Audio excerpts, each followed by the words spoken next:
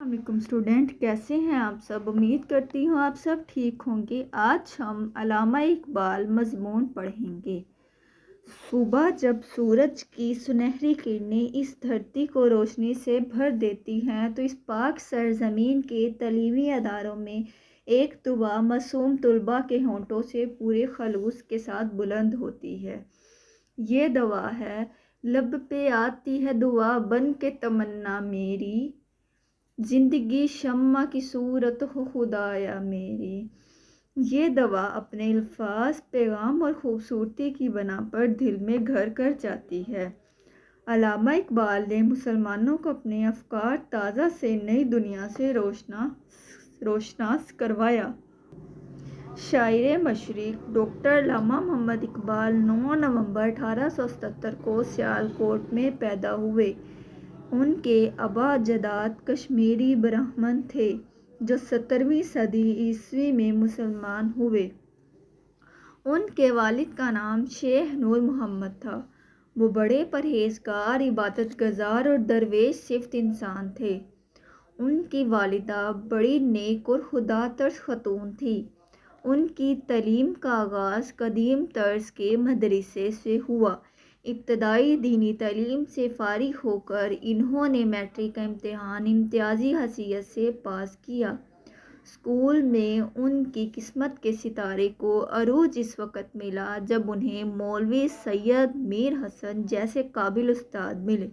علامہ اقبال نے ایف.اے. مرے کالج سیالکوٹ سے پاس کیا۔ بی.اے. کے لیے گورنمنٹ کالج لاہور میں داخلہ لے لیا اور پھر وہیں سے ایم.اے. کا امتحان پاس کیا۔ پروفیسر ارنلڈ جیسے مہربان اور شفیق استاد نے ان کے فلسفیانہ شعور کو تازگی بخشی۔ 1905 میں علامہ اقبال اعلیٰ تعلیم کے لیے لندن تشریف لے گئے۔ انگلستان سے انہوں نے بیرسٹری کی ڈگری لی اور میونخ یونیورسٹی جرمنی سے پی.ایچ.ڈی. کر کے 1908 میں وطن واپس آ گئے۔ یورپ سے اعلیٰ تعلیم حاصل کرنے کے بعد علامہ اقبال کچھ عرصے کے لیے گورنمنٹ کالج میں فریضہ تحصیل علم بھی انجام دیتے رہے، لیکن پھر تدریسی زندگی کو ترک کر کے وکالت سے شروع کر دی۔ 1934 تک وکالت کا سلسلہ چلتا رہا۔ 1922 میں انہیں برطانوی حکومت کی جانب سے سر کا خطاب ملا۔ اپنی شاعری کے ذریعے وہ شاعر مشرق کا خطاب پا چکے تھے۔ ہندوستان کے مسلمان انہیں فکری رہنما کا درجہ دیتے تھے۔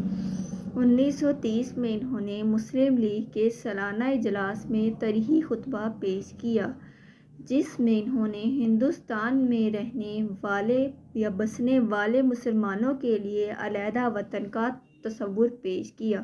اسی بنا پر انہیں مصور پاکستان کہا جاتا ہے۔ علامہ محمد اقبال نے سب سے پہلے پاکستان کا خواب دیکھا تھا۔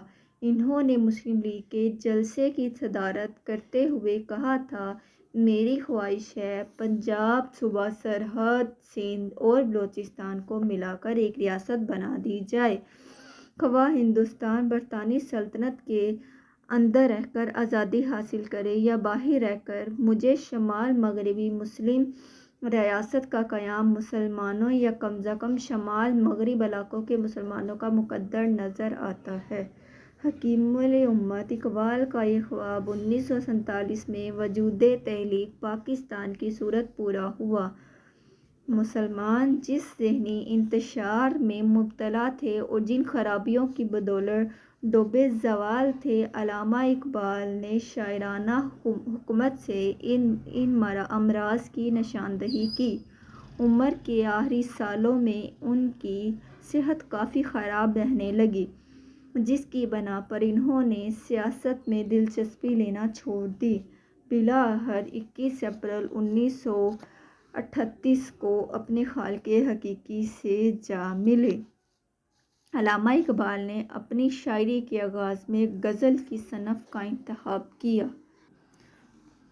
موتی سمجھ کے شانِ کریمی نے چن لیے، قطرے جو میرے عرقِ انفعال کے تھے، ان کی اہم تصانیف میں بانگ دار، بال جبریل، جاوید نامہ، ضرب کلیم، زبور عجم اور پیام مشرق وغیرہ زیادہ مشہور ہیں۔ حکومت برصغیر نے آپ کو سر کا خطاب دیا جبکہ قوم کی طرف سے آپ کو حکیم الامت کا لقب ملا۔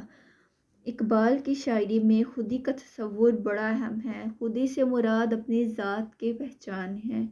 خودی کو کر بلند اتنا کہ ہر تقدیر سے پہلے خدا بندے سے خود پوچھے بتا تیری رضا کیا ہے۔ خودی کی شرائط پورا کر کے اندھیروں میں گھری زندگی میں امید اور کامیابی کا سورج طلوع ہو سکتا ہے۔ نوجوانوں سے خطاب میں اقبال نے مسلمانوں اور نوجوان طبقے کو جاہل مسلسل استقلال کا درس دیا اور انہیں ملکی تعمیر و ترقی کا ضامن قرار دیا۔ اقبال نے فرمایا، محبت مجھے ان نوجوانوں سے ہے ستاروں پہ جو ڈالتے ہیں کمند۔ اقبال کا پیغام خواب کی تعبیر ہے۔ ہمیں چاہیے کہ اقبال کی تعلیمات پر عمل پیرا ہو کر سچے مسلمان اور پاکستانی بنیں۔